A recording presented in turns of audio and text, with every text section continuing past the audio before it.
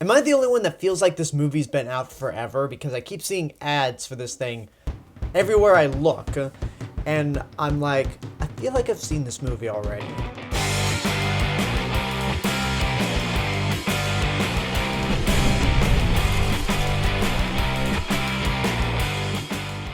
Zootopia takes place in a world where predator and prey live in harmony in this area called Zootopia.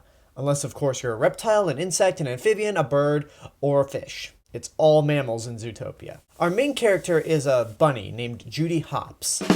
Yes, played by Jennifer Goodwin, who wants to fulfill her duty of becoming a cop. And not just that, but the first rabbit cop. So she meets her dream, but on her first day in Zootopia, she's assigned parking duty. Suddenly, she finds herself wrapped in a case that her superiors are reluctant to give her.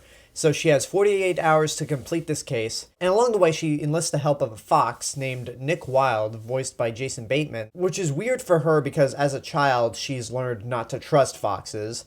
So basically you have these two unlikely characters band together to try to solve this case in a movie that's pretty much very generic in terms of its plot. I mean, it's the traditional Pixar buddy movie where two people who don't really like each other that much are forced to be together and go on an adventure. And it's a generic cop plot in a way. But does that make Zootopia bad? No, not at all. In fact, Zootopia is really good.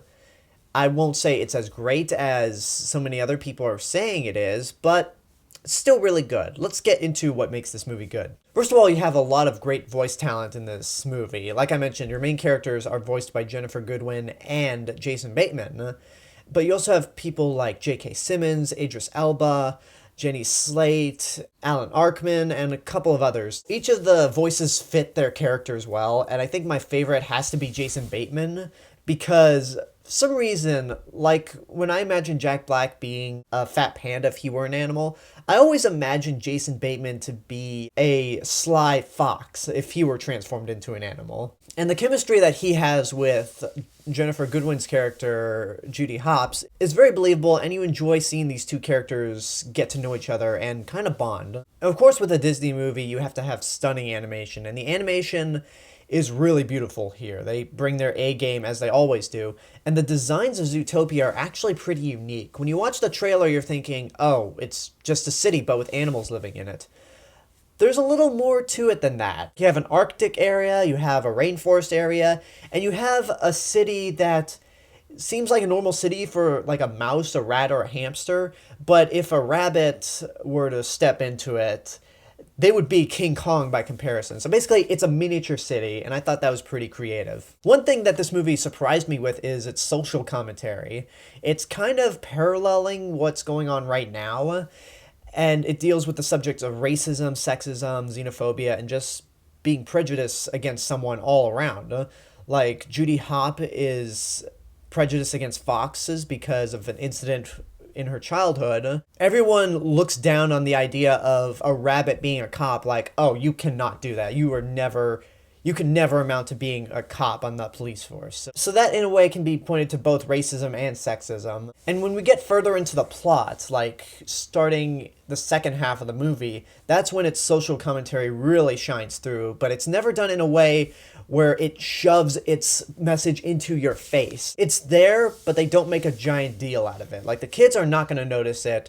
If you're an adult or someone who reads the news, you will catch it. And it was something that I didn't expect, and I really applaud Disney for putting that in. However, the movie does have a lot of references that kind of reflect our culture as of now, that I feel like may make the movie, okay, maybe not the whole movie, but those parts specifically will probably be considered outdated as the years go by. And that's something that I won't say is below Disney, but if you compare a movie like Frozen, whether you love it or hate it, you have to admit that Frozen is going to be timeless. Like, that's a movie that will span across generations. Whereas this, like 10 years from now, maybe more or less, you'll have younger generations looking at it and going, who is that? What's that?